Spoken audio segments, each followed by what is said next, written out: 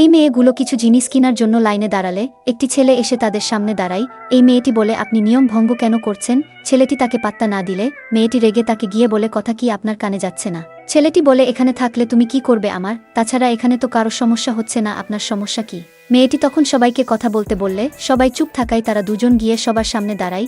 একজন বলে, আরে তোমরা কি করছো?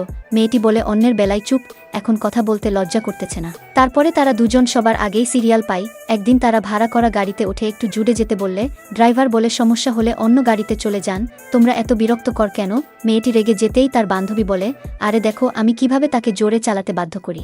এই বলে সে অভিনয় করে বলে, আরে আমার পেটে খুব যন্ত্রণা হচ্ছে, জলদি হাসপাতালে যেতে হবে। তখন ড্রাইভার বলে, আরে চিন্তা করবেন না, আমি দৌড়তে যাচ্ছি।